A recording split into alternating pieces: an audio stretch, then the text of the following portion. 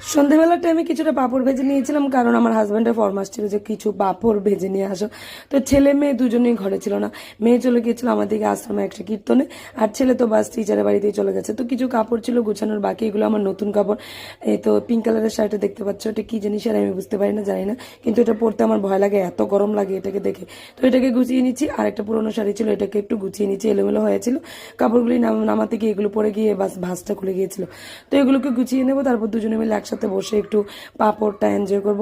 যেহেতু ওরা দুজনের একজনও ছেলে মেয়ে দুজনের একজনও ঘরে নেই, তো একটু বসে কথা বলতে পারি না, ওদের জন্য একদম কথা বলতে পারি না, দুজনে বসে একসাথে বসে কথাও বলতে পারি না, ওদের জন্য এত যন্ত্রণা শুরু করে দেয় না।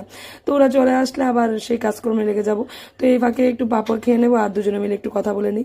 আর রাতের প্রিপারেশন তো দুপুরবেলায় করে রাখা হয়েছে, তো রাতের বেলা আর কিছু করবো না, ভাবছি একটু আলু চোখা বানাবো।